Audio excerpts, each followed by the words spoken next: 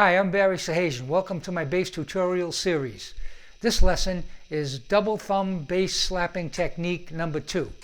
If you haven't already yet subscribed or you're new here for the first time, please subscribe, hit the bell to get notified of all my new videos as soon as they're published. On double slap bass technique number 1, I covered a bunch of licks and techniques to get you started, get the pop and the double slap working together.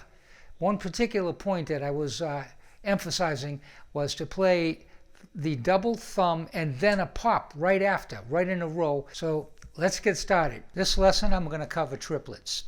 The last lesson got you set up to do a triplet, but we were playing 16th notes, and one of the most important things of those exercises and licks were that you played the pop right after the slap. Like something like that. So now all you have to do to turn it into a triplet is make it 6 of 3. So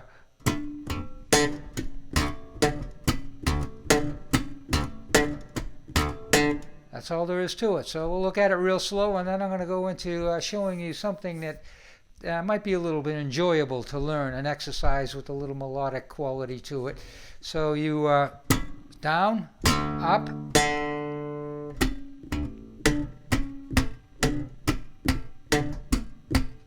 When you do this, you can always take articulation into consideration. You can play a dead note, and then a live note, and a pop. Or you can play 2 live notes and a pop. Or you can play a live note, a dead note, and then a pop. You notice how different they all sound, so that can be a consideration.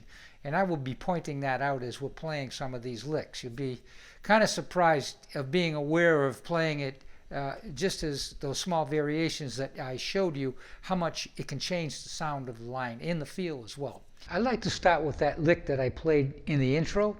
I think that's a great place to start, even though it may seem a little advanced or intermediate to some of you. If you break it down beat by beat, you come up with these little cliches that could actually be licks. So you'll get 3 or 4 licks and at the same time build this into that one line. And so it's a great way for you to emulate into your own lines, practice, and get better at double thumb slapping. So I'm going to play it now slowly so you can refresh yourselves a bit.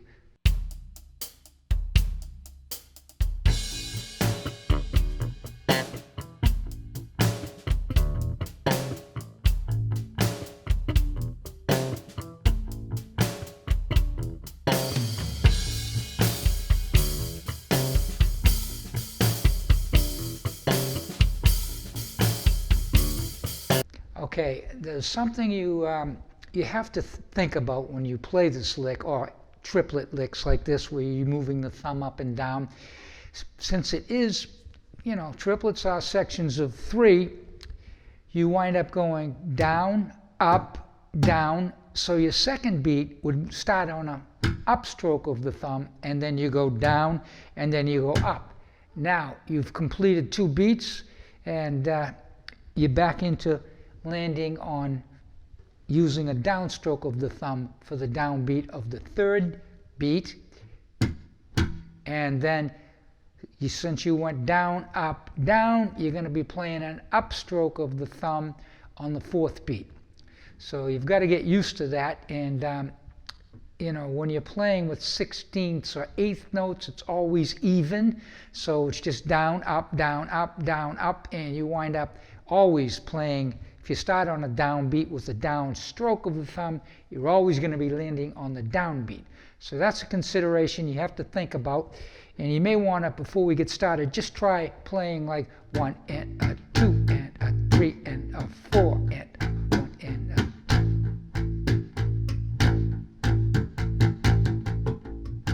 1 and a 2 and a 3 and a 4.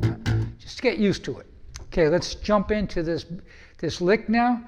I'll play it one more time to refresh.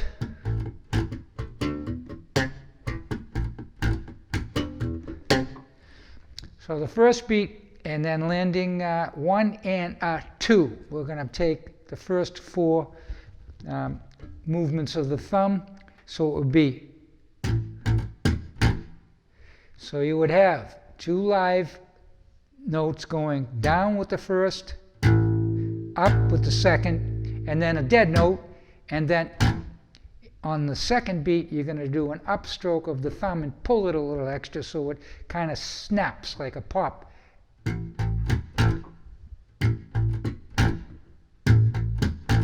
One and a 2 and a 1 and a 2 and a 1 and a 2.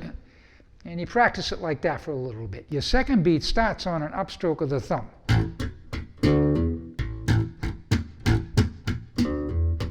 1 and a 2 and a 3 and a 2 and a 3.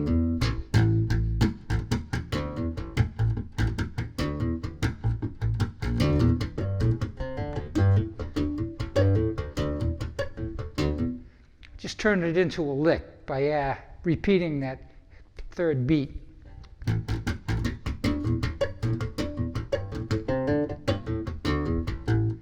So we're kind of, just by this one lick, we're expanding onto other ideas, which is nice.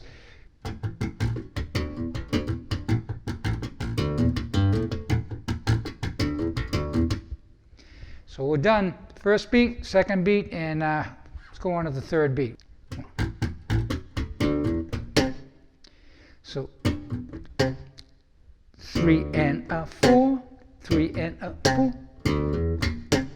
3 and a 4. So hammer on,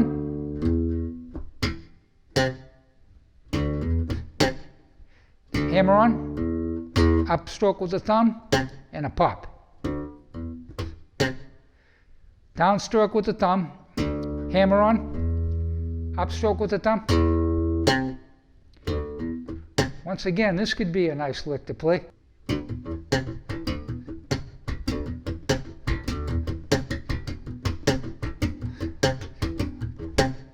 So what I'm doing, it would be 2 beats total. I added 2 more, an up and down dead note at the end to make it 2 even beats. I'm going to play a couple of lines from a D minor scale in the key of C, 2nd degree Dorian scale.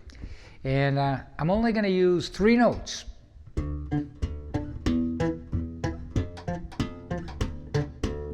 And I'm going to build it little by little and make it more interesting as I go along. So we'll start out with just the double thumb and pop, playing that line, and play it like this.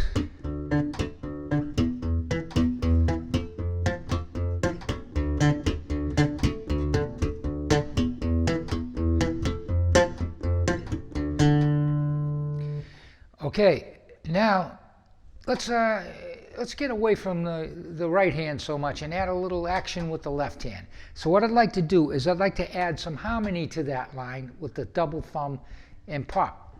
So what we're going to do is we're going to play this based on a D minor triad, an E minor triad, and an F major triad. So it's...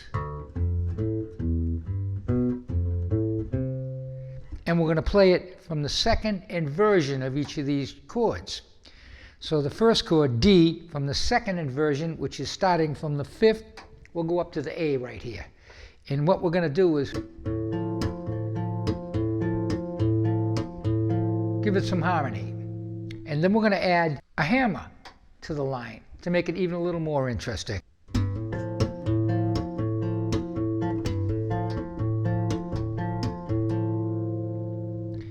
And then the E would be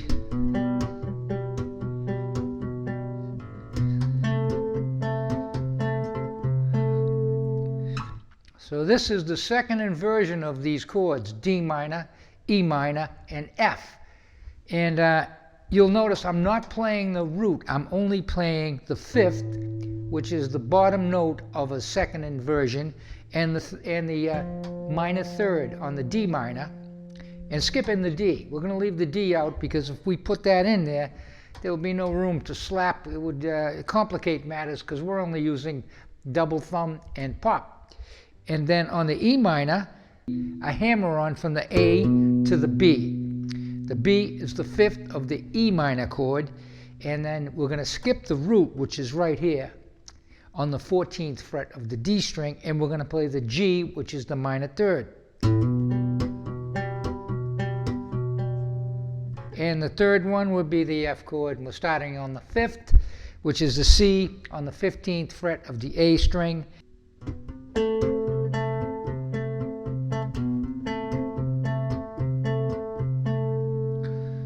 Kind of using a soft slap technique here. I'm not really, but you can put a little more aggressiveness into it and make the pops real loud, and depending on what you want to do with it. But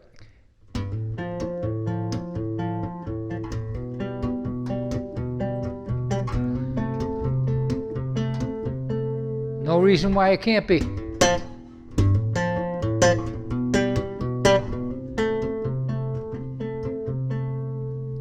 So basically, these are the same chords as I played down here, except I was only playing an octave and there was no harmony. And let me play them back to back so you can hear what's going on.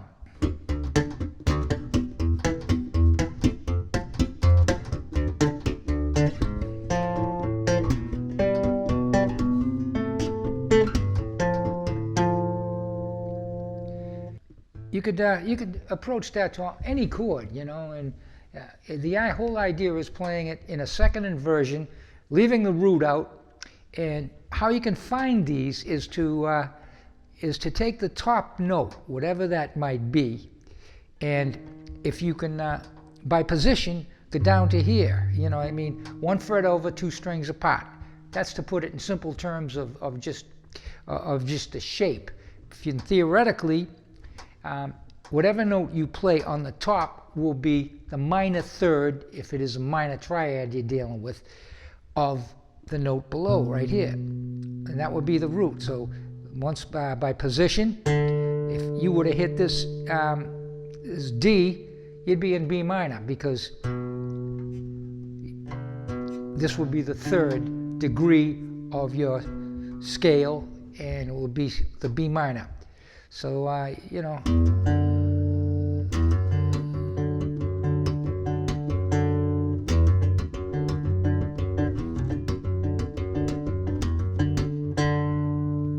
Once again, the B, which is right here on the 9th fret of the D string, is the root. I hope you got something out of this video. If you did, please subscribe, hit the bell, leave a comment. I'd like to also remind you, at the bottom of this page, you'll find a link to my Patreon page where all of the notes and tab will be published, as well as the same drum track I used on the introduction in slow, medium, and fast to help you along if you want further practice materials. Until the next time, and thank you.